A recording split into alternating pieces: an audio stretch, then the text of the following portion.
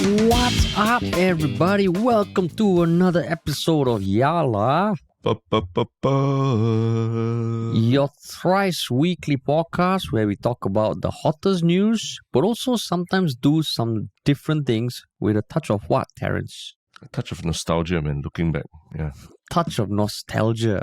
So what is so different about this episode, man? I mean, this is, we're not talking so much about current affairs, but more like looking back at, the origin story of Yala Butt a little bit, right? Yeah. This is, because I think we have mentioned on the podcast that December, there's a bunch of stuff happening, including like my wedding. So we didn't want to not upload. So we actually recorded some special episodes like this, which is, like what Terence said, not about current affairs, but it's about us reacting to clips or highlights from our first 3 episodes. First 5 episodes split into 2 podcasts. Yeah, and the reason we're doing this also is because, it's been almost, 350 plus episodes and all that, right? And I think getting Tristan, the intern, on board as well, and telling someone who would never really listen to our podcast, hey, listen to our podcast and then let us know what you think about it. And then subsequently realize, actually it's probably such a new experience for him to, go back and listen to our old podcast and then talk to us now. And he was pointing things out to us that we didn't even realize, like how different we even sound now compared to before. And then we're like, hey, wouldn't it be fun if we actually go back to those old episodes and get Tristan to actually pull out certain extracts that made him pause a little bit and think, hey, like this sounds kind of weird. And then for us to actually react to it. So actually, you and I were also reacting to these clips for the first time in a long time, since we recorded it, Yeah. I mean, I don't listen to our podcasts back over and over again. I don't listen to myself over and over again. You don't, Terence. Yeah, I don't. I know Haresh. He loves mirrors and all. It's my lullaby. Maybe you have, yeah. No, I think even earlier on, maybe 10 episodes in for Yalabat, people were already messaging us saying, hey guys, don't sound so unsure about yourself. You guys are doing something good. Just embrace it. And you're like, oh shit, really? Do we sound like unconfident, unsure? So I mean, I'm like generally okay. Like when we made videos for Ministry of Funny and all, I always used to find it a bit weird watching myself. One of my pet peeves is when people watch our YouTube videos when I'm there next to them. So doing this, right, it's going to be a bit of a audio cringe, I foresee. It'll be, what do you call it? Audio deja vu, audio flashback or whatever. Audio flashback. Just to listen to how you sounded a few years back. I think that'll be a very interesting experience for anyone, not even just us. Yeah. So what we're just gonna kick things off. I mean, we are gonna start with Yalabat episode number 1. Okay, if you have been a long time listener, hopefully this is a throwback to the past. If you're a new listener, hopefully you understand that this is our kampong story lah. The politicians they grow up in the kampongs chasing chickens. This is our kampong origins. So I'm gonna play the first episode right from the start, so we can even hear our intro and how we do it. Okay. So, and here goes. Hello, everybody. Hello. So this is Haresh and Terence from Ministry of Funny, and this is our weekly podcast called Yala But, where it's just us talking. wow. Oh my God. Wow.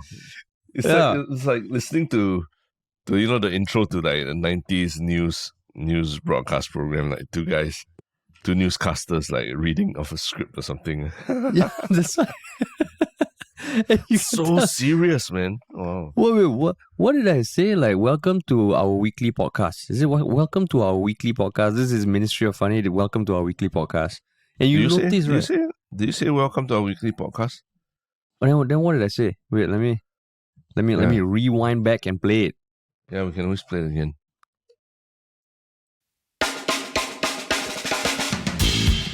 Hello, everybody. Hello. So this is Haresh and Terrence from Ministry of Funny, and this is our weekly podcast called Yala, But where So there's no welcome to the weekly podcast. This is our weekly podcast. and I had So my we weren't even that welcoming yet. We were like, okay, this podcast exists and we don't know if anyone's listening at all. So this is who we are. Yeah. and I had that one accent that I make sometimes when I'm nervous, like this is like a pseudo Spanish accent. I don't know what the hell I was thinking. And then you also notice that when you said "but," right, you just said the word. No, you didn't add any flair or vibrato or anything. Yeah. It was like we just wanted to get to the point, which was like, okay, let's get to the serious stuff because nobody wants to hear us bantering about nonsense. About weather, about our weddings and all that nonsense. So wow, come a long way. So that was the intro, and then now we're just gonna listen to excerpts plucked out by our teammate Tristan. And Yalabat 1, right? The title of the episode was Monica Bay versus Sexual Harassment and Why Dogs Love Their Poo. Wow. And we recorded this in April 2019. April 2019. And I don't think we had a shock thing yet. We didn't have a shock thing. This was just recounting the case of Monica Bay versus Nicholas Lim and NUS. We can play basically the case of the how NUS handled the sexual what do you call it, the sexual harassment allegations against one of their own students, right? Yeah. And then the student, I think the victim, Monica Bay, came out and called out the school and the perpetrator, and became almost like the public face of this on-campus Me Too movement, right? Which called out the institution for its poor handling of the sexual assault cases and the victims' mental health as well. I remember that blew up, and we had been dabbling or toying with the idea of starting a podcast for a while. And then when this came out, we're like, okay, we have things to say. Let's just try. There's this little thing called podcast. Okay, right. So maybe I will play the first highlight, and we see what happens. We see how it sounds. Okay, so I'm gonna play the first one. Actually, if you think about it, if the thing is about making him identifiable, right? Yeah. Chances are there's not only one Nicholas Lim on Instagram. Yeah. So technically he could hide under that wave of different Nicholas Lims. That's true. By maybe her putting it makes it identifiable. Which will be fucking terrible if she's committing a crime by doing this. Yeah, but shout out to all the Nicholas Lims out there. Oh yeah, that's the most generic. That's the most generic criminal name you could ever come up with. Oh yeah, that is true. Nicholas all Lim. The Nicholas Lims out there, right? Oh my god. Can you imagine, like, if they introduce themselves, Nicholas Lim, immediately the first thought of people's minds is like, oh fuck, this guy, this like, the guy? Yeah. What phone he using? Is it the Huawei P30? Can zoom in like 50 times. Oh my. Wow, Huawei P30. Shout out to Huawei P30. Shout out to Huawei P30, man. I think that one was basically the case. I think he had been tried by that point, right? Or he had been caught, or as in, I think there was a disciplinary panel that let him off quite lightly, right? Yeah. Yeah, they let him off quite lightly, and I think that then it became the whole debate, right? Of like, okay, how come he gets a free pass? And Monica Bay, to her credit, she was non-stop about it, lah. Yeah. Do you notice how much echo there is in the recording as well? Oh yes, because the reality of it was that we were doing this podcast like face to face at that point in time, and we were doing it like only once a week. So getting the studio once a week, that wasn't too much of an ask, and obviously this was pre-COVID as well, so it just made so much more sense to do it like face to face, right? But that also meant that we were doing it in a room that wasn't, like, at that point of time, wasn't sound treated very well. So yeah, it was like the echoes really feels like you're recording in the toilet compared to what we're doing now. But you have to say that there is the element of being in the same room and responding very quickly to what each other is saying, right? So you mean now you feel we don't respond quick enough? I mean, we respond. It's just that there are limitations of technology and everything, and Zoom and all these things that do limit the speed at which you can respond immediately to something. I don't know. I sense a bit of innocence in our voices. I don't know whether it's just me or anyone who's like 3.5 years down from the time they hear their voice back then. They're like, so young and innocent. Whereas now, now I feel there's a bit more. How you say? Don't say some roughness lah. Of course. I mean, post-COVID, man, the world's a different place now, compared to 3.5 years ago. We don't take no shit, man. Yeah. Even this whole issue of the campus sexual harassment. I mean, since the Monica Bay incident, there have been multiple other incidents, right? Where the I think the institutions have been called out for the poor handling of these issues. And it seems like, I mean, the positive is that it seems like it's a much more public issue now. Like it's not as easy to sweep under the carpet as before. Even down to like when the case goes to courts or anything, I think like a lot of people question why some university students get away with very light sentences after committing these quite serious crimes. So it's become something that has been debated and in the public eye quite a bit. And actually, that did result in a lot of conversations in Parliament about not just sexual harassment but women's rights in general. I know there was a paper or like there's a series, Conversations on Singapore Women's Development, that was launched in September 2020. And I mean, to a certain extent, I think it's because of incidents like this and subsequent more vocal reporting of incidents like this, right? That really led to the discussion coming to the forefront of whatever we talk about, which is good, man. Which is good. Yeah. Yeah. And I think Monica Bay also, wasn't easy for her, this whole thing. But we not that we're trying to drudge out the matter again, but since then, haven't really heard much about her since everything, right? Yeah, I think she after this whole case, she said she took a back seat and I think went to a job at an agency or something, and but I mean we still have other highlights to listen to. And we're gonna jump to the next one. Yeah, fire away. I tell you, if I were to feed my dogs McDonald's every day, they'd be fucking treating me like God, I tell you. But they would be shitting They'd be diarrhea all the time, but they would think I'm God if I fed them like French fries or nasi lemak burger. But how you know they enjoy nasi lemak burger? Dude, the look in the eyes cannot be... Really? Yeah. So like what are their tastes? But do they have like apparently, from what I know, their taste buds is basically salty and not salty. So the saltier stuff is better. The crazier they go with it, the smell. And so stuff like texture and temperature of the food, all that doesn't matter that much to them. So that's why it's kind of funny when people like you, and I know you don't like, you treat food like fuel and everything, Yeah. But dogs take it to another level that they, to them it's like texture and all that doesn't matter. Presentation, it's texture. Just the salt and no salt. Yeah, it's just how salty. Usually it's just how salty it is, and like that's why they can go to the dustbins and eat the crap that we think is spoiled and all that. So they're very complex creatures, but at the same time, like their taste buds are really at like McDonald's or not McDonald's kind of stage.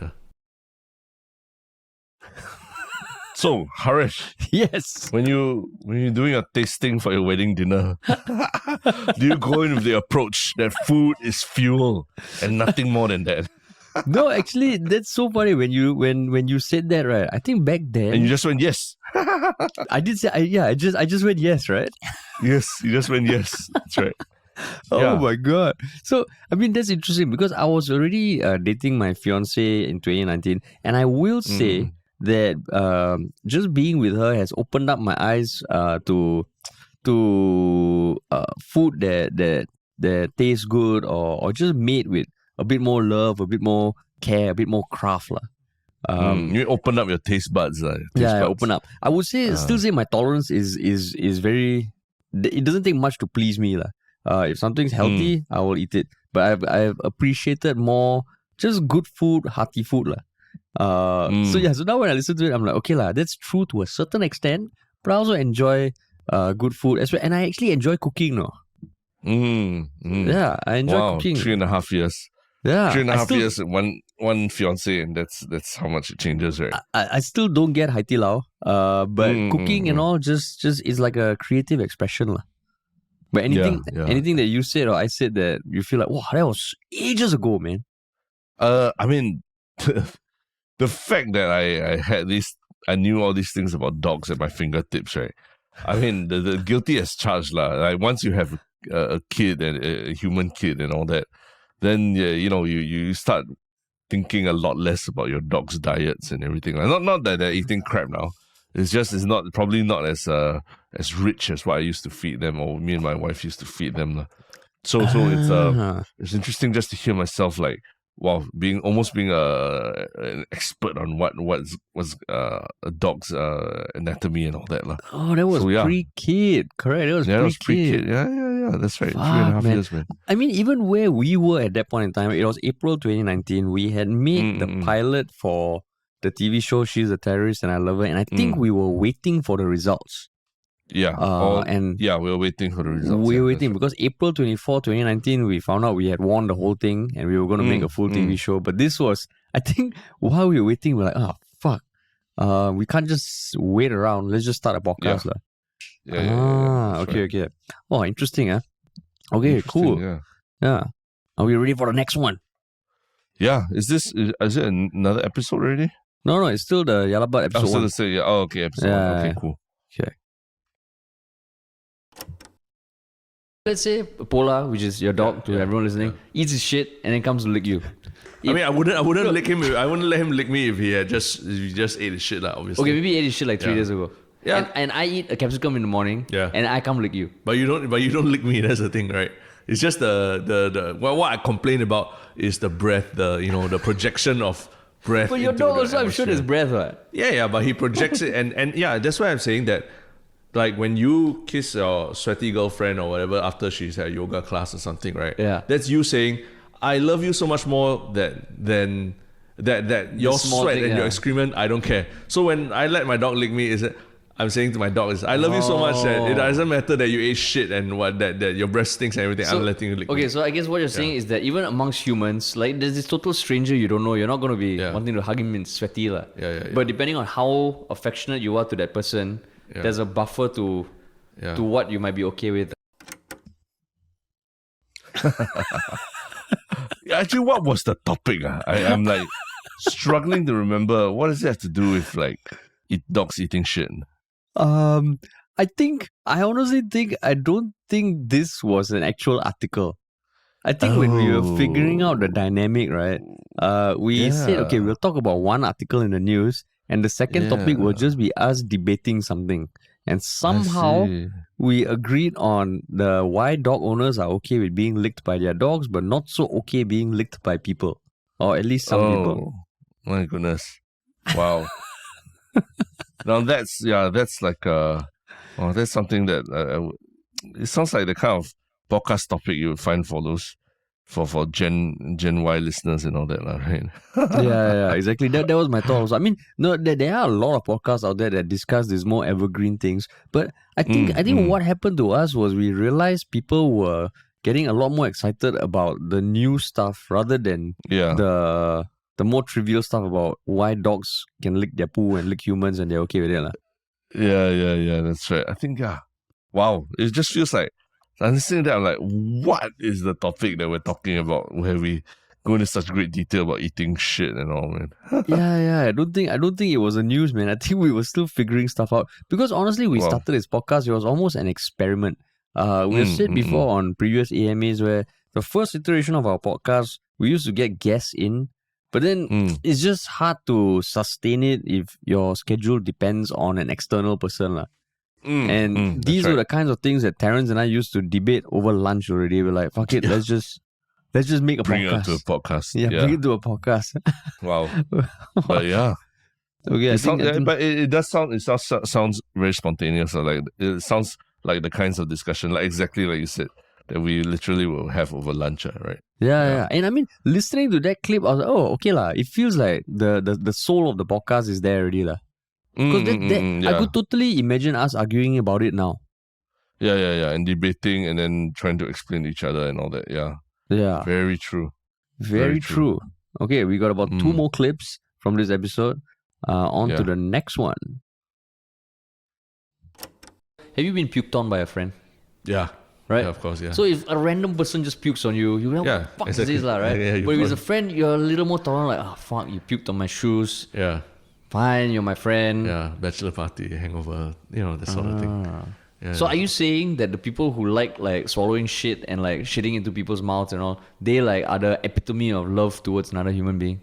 2 girls, 1 cup, man. That's like pure love. I mean, that's damn old school. So I don't know whether, for the people out there listening who have no idea what 2 girls, 1 cup is, Google it. Google it. I don't know whether you will find it. You just go incognito on Chrome and then Google it. Go incognito. Yeah, don't tell your family. Don't tell. Don't tell anybody you're doing it. If you're at NUS, don't do it. And then but don't say you heard it here. I do have thoughts about people who have fetishes for shit and all that, but maybe I'll leave for our next episode. Wow. 2 girls, 1 cup, man. Blast from the past. What the fuck? It's quite interesting that particular reference was brought up, because it really tells you, even now, listening to this, I'm like, I can't believe that even back then we were already referencing it in such a retro way, really. Yeah. I mean, that's how long ago it was. Yeah. It also makes me think about what Tristan is thinking when he shortlisted 3 clips to be directly about poo. See, I told you the Gen Y people, they love this kind of Gen debates. Z lah. Oh, I keep saying Gen Y. Gen Y is who? Gen Y is us. Gen Y is us, right? Yeah, millennials. And Gen Z. Gen Z and poo. Gen Z's love the theoretical debates like that. The thought experiments. Thought experiments. Would you eat poop? Would you eat poo? And like other people pooing and vomiting on you. Wow. Yeah.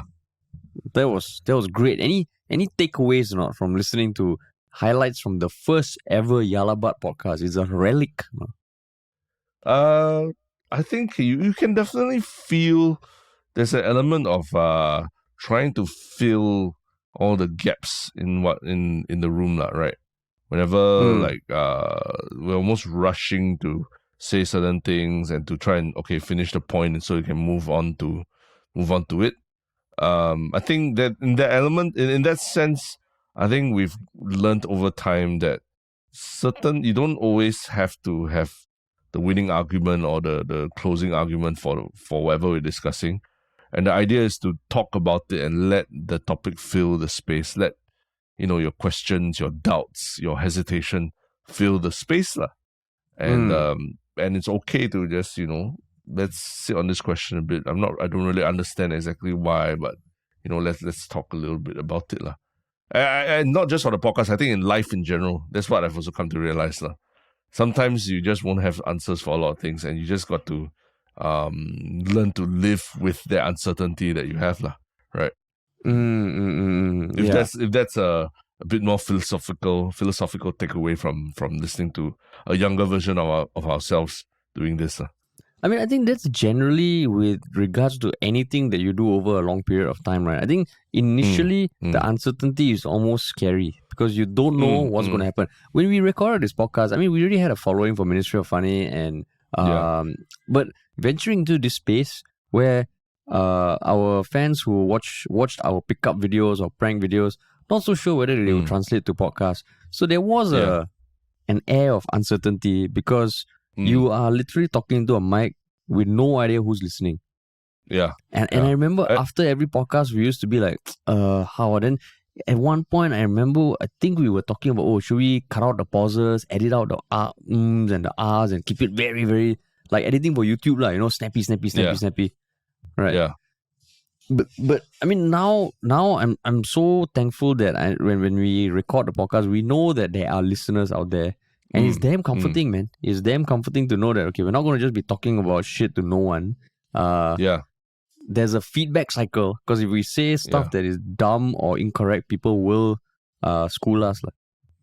Call us out or disagree with us at the very least. Yeah. And I mean, in the spirit of inquiry and entertaining dangerous ideas, I could see, you can already see that just from the topics we were choosing, all that, there's the element there, right? Let's talk about this topic that everyone's talking about and figure out why everyone's so riled up about it. Yeah. Okay. So now, on to the second podcast. Second episode. So probably at this point, we had probably learned some lessons from the first episode. And we're like, okay, we can try that again and do it for second episode. But at the same time, I mean, I think we've always had a thing where if we're going to try some new platform or new kind of content, we always want to give it like a good runway of at least, like couple months, try it out, right? Before we call quits on it or anything, right? I think that's something quite that we've always done with everything new that we've tried, Yeah. But this second episode was a full month later in May. Totally contradicts exactly everything I said. Yeah. It was in May.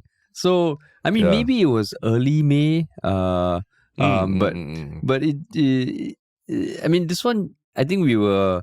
The title is Facebook Wants to Help You Find Fuck Buddies and Why Lionel Messi Could Be Ruining Football. I think the first topic was around the announcement that Facebook has a new dating app called Secret Crush. That's right. Yeah, Secret Crush, where they would match you based on your friends or something like that.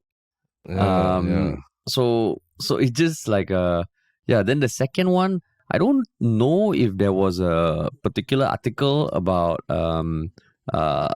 Messi, but we decided to talk about it. Let me see. So there was so it was recorded on May 2nd, 2019.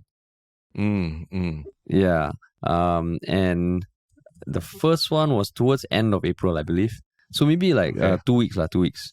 Yeah, 2 weeks. Okay. So we have a few clips as well. Let's see how different it sounds. Wait, maybe... okay. So this is... Alright, welcome everybody. Today is 2nd May, Thursday, and we're recording another episode of our podcast called Yala. But. Yala But. Just yesterday I was...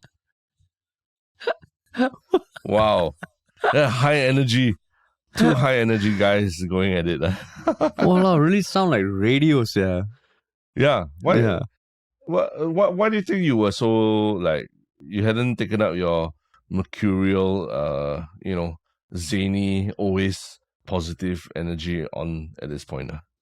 I think because I was unsure, man. I was just unsure. I had no idea what to say, how to say it.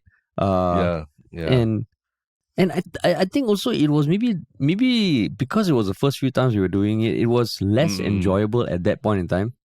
Yeah. It felt there was this like pressure to make it like informative and educational and useful to people, right? Yeah, exactly. I think that because the when we were doing YouTube a lot, some of the things that we learn is like, there are 3 pillars to make a viral video. You either give them an emotional gift, means you make them super happy, super angry. You give them information, or you give them identity, lah. So if they share the video, it says something of what they believe. Yeah, I think feels like we were trying to do that in the audio space, not knowing that the beauty of podcast is that it's really the authenticity, lah. If there's a pause, so be it. Right? If you're uncomfortable, so be it. And that's what we found work, lah. Yeah, and all I have to say is I was just reflecting your low energy, lah. That's why it's like that, lah. Compared to now, I'm like I'm super hyper all the time and, always sound so excited on the podcast. yeah, of course. You're oozing with enthusiasm right now, Terrence. Yeah. Man, take a breather, dude. Take a chill pill, dude. Yeah. No, man, I think, I don't know. Like a lot of people do ask us about that, lah. Like, why can't we do it more like the radio DJs and all that, right? Yeah, with music 100% and on like all the time. Yeah, don't and ah so much. But to me, it's like that's why it's radio, lah. Because it has there's this very polished false veneer of positivity around the radio DJ's personality. Whereas podcast is really, we can't be like that for 350 episodes, 350 hours of content. It's not possible. Yeah. And I think if you listen really closely, you probably can hear certain episodes where maybe one of us was like or maybe we even had an argument before recording, which has happened. Yeah, There've been a few times we argue, and then we're like, okay, we need to record. Then, what's up, everybody? And that's where there's real energy and tension in the room. That's when you can feel it. Yeah. That's when you can feel it. Okay, but let's carry on with the content. Yeah.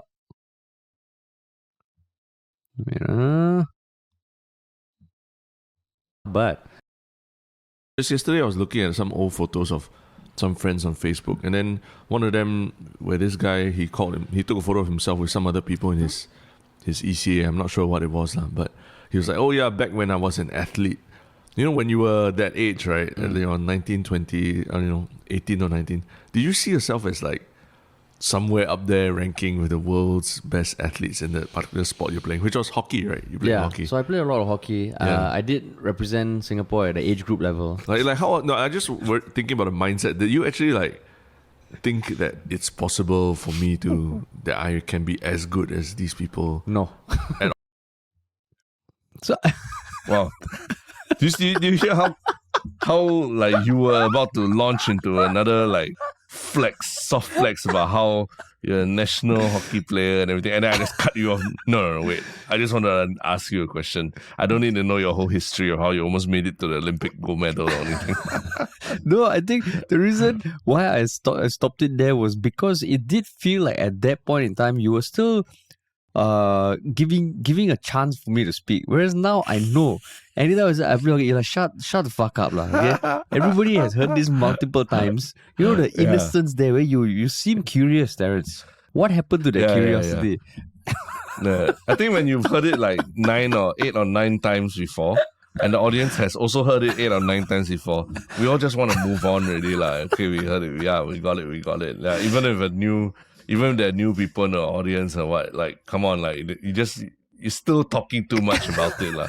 It makes people uncomfortable. Have some self-awareness, No, but this is, you asked me the damn question in that podcast, okay? You asked me, I was asking you about whether you had a feeling. I wasn't asking you about, like, were you a world-class athlete or anything close to it?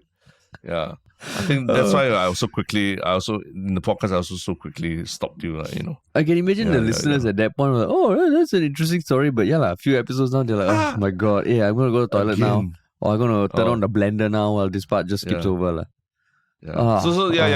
I always say, like the, radio DJs, they got this trick, like when they need to go to the toilet, apparently they play really long songs, right? Music songs like November Rain by Guns N' Roses, for example. Yeah. There's a little trick that that they're going to the toilet.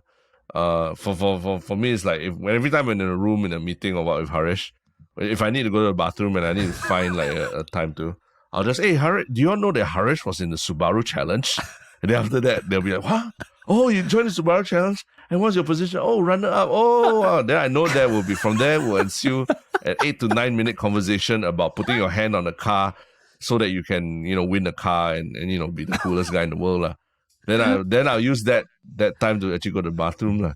So that's my November Rain in some ways. Because I know how predictable people's reactions are and how happy Haresh is to tell people about it. Hey, I mean, if they want to know, I'm not going to deny people a good story, man. No, but what shocks me is how you it's almost the setup and everything is almost always the same. Like you have, it's almost like a radio jingle that you memorized already, and you just keep, it's like yalla but you just keep repeating the whole story about the Subaru Challenge and all. And you know which parts get people excited, and you always deliver it the same way to get them excited. I bet if I needed to take a toilet break, I bet, Terrence, you just tell the story. I'll just go take a toilet break. No, but the thing is, for me, I'm like, so he did it, and I'll be the. But and I'll launch into how lame I think it was.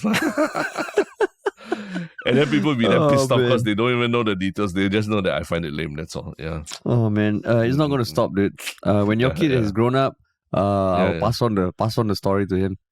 No, I think you should what you should do is write it down, print it on A4 paper, then put it in those clear folders, Then so you carry the folder around with you, like the PSLE certificate and that. You know how on your SingPass you have your PSLE. Yeah.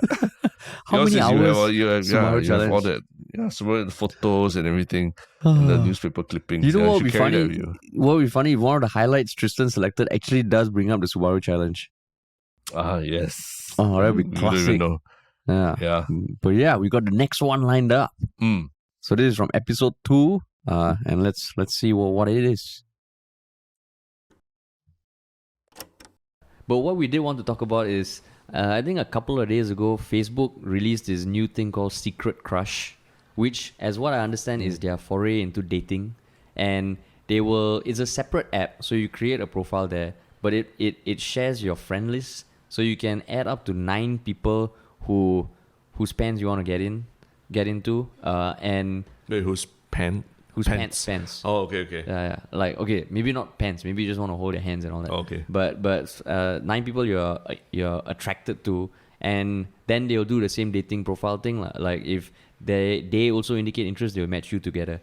Yeah. So the reason I stopped it there was because I think for some reason I was not comfortable with saying the phrase "get in a person's pants." That's it. Hold your hand.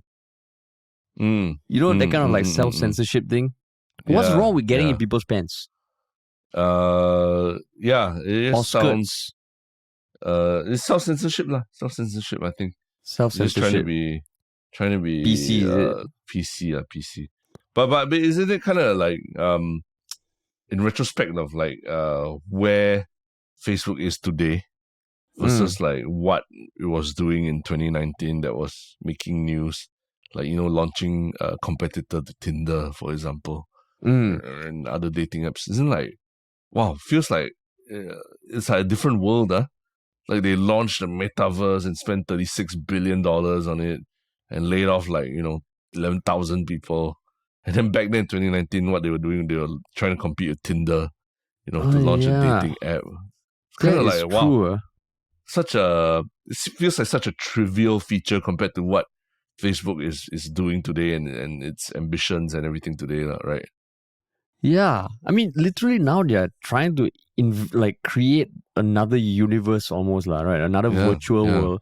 And back then, that was what the things they were doing. TikTok wasn't that big then also. TikTok wasn't big then. Zuckerberg, I remember Zuckerberg had announced this thing and everyone was like, not very sure whether you want to, jump onto Facebook as a dating service, But now it's I think a lot of people are like, hell no, I'm giving my info to Facebook. For this kind of thing. Now it's not even called Facebook anymore. Yeah, it's Meta. It's Meta. Yeah. That's right. Yeah, that's how crazily things have changed. But back then, it just felt like it did feel like a very big deal, right? That Facebook was going to dating services. I think because the reason why I think it made the news was because unlike other dating apps, if you sign up with Facebook, they are almost doing the matching for you based on whatever you have done on Facebook, So it really felt like that. Like a online version of that naggy auntie who wants to set you up. Indian matchmaker, right? Yeah, Indian matchmaker. 2019 was also before Indian matchmaking came out. Yeah, before shows like that came about. Yeah. Wow. Oh, my God. Kind of crazy. Eons ago. Eons. Yeah. Like social media just felt like such a... I think we talked about it in our podcast with Alvin Tan. For social media just felt like such a much more innocent place, right? Where people were, almost discovering the positive side of social media. Whereas now it's like everyone just keeps talking about how bad social media is for you. Your phone literally tells you that you're spending way too much time on screen time on social media and everything. So it was such a different time, man. But do you think your own take on social media also back then, before you had your kid, how different is it now compared to you, like literally growing, bringing up someone in the world of today? No, absolutely. It's reading research and, just understanding, literally watching how what Elon Musk is doing at Twitter and knowing what Zuckerberg what Zuckerberg's plans are and everything. It just makes you. It's clear that these companies they're not exactly doing things in the interest of humanity or anything like that, or connecting people, as they love to call it, right? That's not the main goal. The main goal is to make money and to find a way to use your data to make money, right? So it's a devil's bargain, right? But and knowing that it can have such bad effects on your psyche and all that, like how much are you willing to give up for that, no? So now I go in with open eyes, knowing that okay, the intentions are never as good as they ever say it is, and how much am I willing to give up to them to get what they are offering, right? Yeah, exactly, it's like YouTube. exactly. It's like YouTube ads, It's like YouTube ads, right? Like beyond a certain point, like how many ads am I willing to watch before I'm like, fuck this shit, I'm done with YouTube ads. Right now I'm at the brink of like, oh fuck YouTube ads, but do I want to pay for ad-free experience? YouTube Premium. Yeah, So I'm really at that precipice right now. Yeah. Interesting. Interesting. Yeah. How about you? What my thoughts on social media and all? Yeah. Considering how innocent we sounded about it back then. But I think back then we both had our own cynicisms already about it. I think now, given how the pandemic kind of like accelerated the growth of tech companies or tech platforms and made like these new platforms like TikTok and all, I would say I'm even more more guarded now, more guarded. In the sense that these platforms are no longer just social media platforms. Look at Facebook. Yeah, social media or Meta, yeah, social media platform, yes, but they're trying to do so much. And then TikTok is now also getting into like podcasting and long form. YouTube is going to podcast. Everything is just converging. Last time YouTube was long form video. TikTok was coming up, and I think back then it was Musically or that whole lip syncing kind of thing. Instagram was for pictures, but now everything. That was before Instagram Reels. I think Instagram Stories was out already. Yeah, it was out. But I don't know, now it's almost getting a bit too much. Very overwhelming. And yet we are putting out more content on social media than ever before. Before. I think, social media, like, what you also get what you put in, right? And like, so it's for us, we know what we use it for. It's a very, it is a tool for marketing our podcast. But our podcast really comes from a place of like, can we, look at serious or goofy topics and really try and look at the different sides of things, right? Yeah. So it still comes from a very like genuine, inquisitive kind of space, right? That we are doing this. But we kind of need to use the social media platforms to get the word out there about what we're doing. Suddenly next week you see us post the first ever podcast recorded in the metaverse for Yalabat. First metaverse. Famous last words. First metaverse podcast brought to you by Yalabat in partnership with Meta. Yeah. Get your Quest Pro and say Yalabat for a 10% discount off your Quest Pro from Meta. Oh man. Yeah, who knows? Like, I mean, 3.5 years down the road, when we do our reactions to this podcast, who knows? Who knows, man? So okay. Now continuing the reactions to highlights from Yalabat number 2. It's just big for the... No, because even then, right, to me, the beautiful thing about getting married is, okay, you guys are committing to have a life together. It's not a ring, what? Yeah, but the ring is the signifier. I think it's stupid. Also, you wouldn't want to get married using a... No, I would get married with a ring, but if I were to post a picture, which I probably won't also, it would be me and my fiancée, lah. Like someone who just has the photo of just the hand with the ring. Fuck that, man. But and I don't know, like I haven't spoken to my girlfriend. No, I think that yeah, wading to like swampy territory. But really, I think because then it really just already. I think right now I'm trying to live a life where there's less of my emotions are embedded in material stuff. So to see something that is as monumental as marriage and agreeing to marry someone, and you just have a picture of that ring. So because it's a celebration of materialism, that's what you don't like about it. Yeah, you want to celebrate your love. You want to celebrate you and your partner. Like, I genuinely, when I see my friends or people around me in loving, awesome relationships, I'm super happy for them. Okay, I'm not super happy for all of them. Because some people are just, I'm so happy for you, and I'm not really that happy for them. Yeah. But people who I see, I'm like, oh, fuck, that's awesome. But when that whole thing is kind of summarized and the symbolized by a single ring, right? And most of the time, these rings are fucking huge. Yeah. And that's what I don't like. So, Mr. Tilani, what do you have to say to the allegations of you being the world's biggest hypocrite? Hey, why? Yeah, I still stand by the fact that the ring that I got for my fiancée is not some huge ass ring. It's not a diamond. It's a gemstone. Yeah. And true enough, I didn't post a picture of just her hand with the ring. Yeah, but the rings, as far as I know, were also plastered all over social media, right? No. I think no. The jeweler we made it from, they posted. My fiancée posted. Correct lah. So it's all over social media. But that's the jeweler. That's the jeweler posting their work, which was great, and I'm so fucking happy with them. So it never crossed your mind to send this clip to them like, hey, why are you going to post the photo of my ring? Now people think I'm a hypocrite after if they hear this. No. I still think it's very different. They posted it. They make jewelry. So it's like marketing for them. Like for me and my fiancée, like when she posted something very nice on Instagram that didn't have a close-up on the ring. Right. And it was just about her and I. I mean, I still haven't posted anything on Instagram about any part of the proposal, but I will post stuff for the wedding, definitely. But yeah, I'm glad when I listened to it, I'm like, okay, that hasn't really changed much. Because if I did propose with some fucking ginormous ring, put it all over Facebook, then you can call me out however much you want. But I think what we were talking about, how people were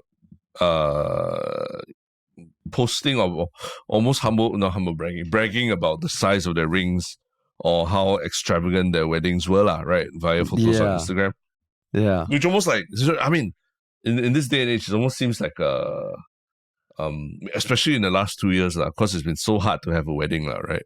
Yeah. It almost feels like, I think people don't bat an eyelid anymore, Oh, you want to have a big wedding? Oh, go and do it, because there's a chance that you might not even be able to have a wedding if something like COVID happens again, right? Oh, I thought you were going to say that now nobody has big weddings. You're saying now if people want to have big weddings, it is almost like, okay, just have it while you can. Have it while you can. Yeah.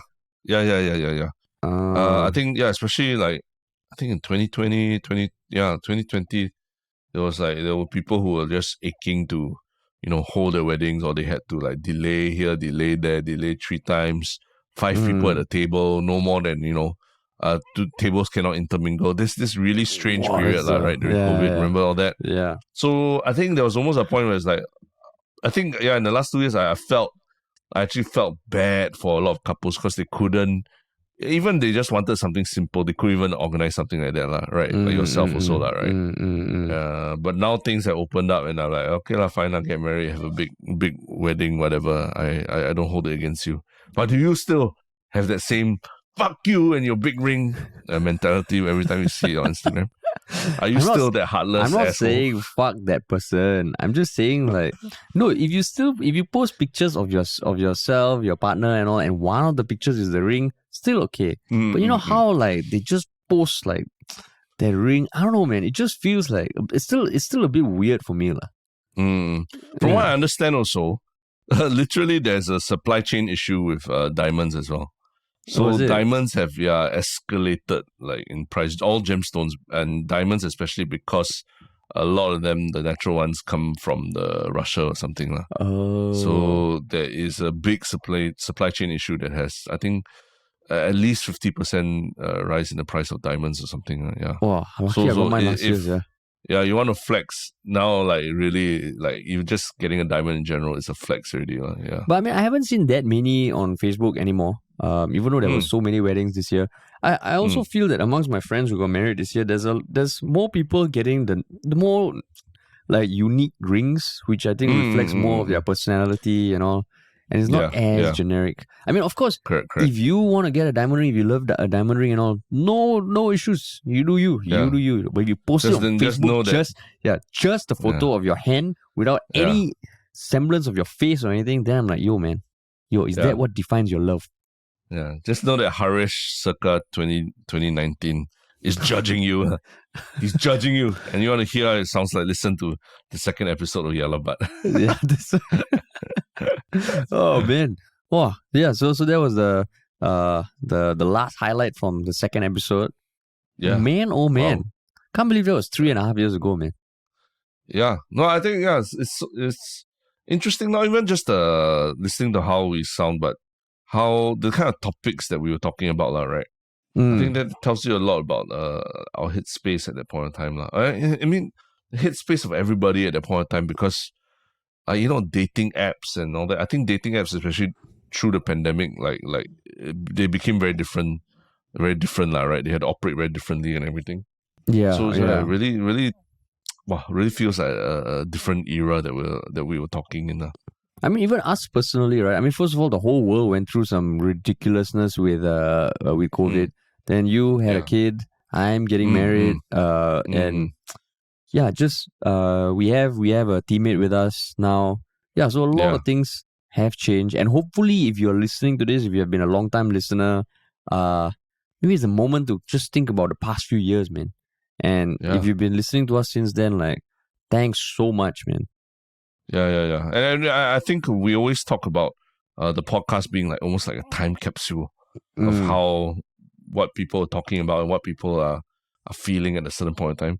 So, for us, like listening to this is, it's true. It's interesting because just understanding what we were focused on, what we were, what everyone else was talking about at the point in time. That's interesting. Yeah. Yeah, man. So this is part 1. In the next episode, we'll go through like a couple of highlights from YLB's episode 3, 4, and 5. Before we come back and resume regular programming towards the end of December. Yeah. Cool. Thanks for listening, everybody. Peace.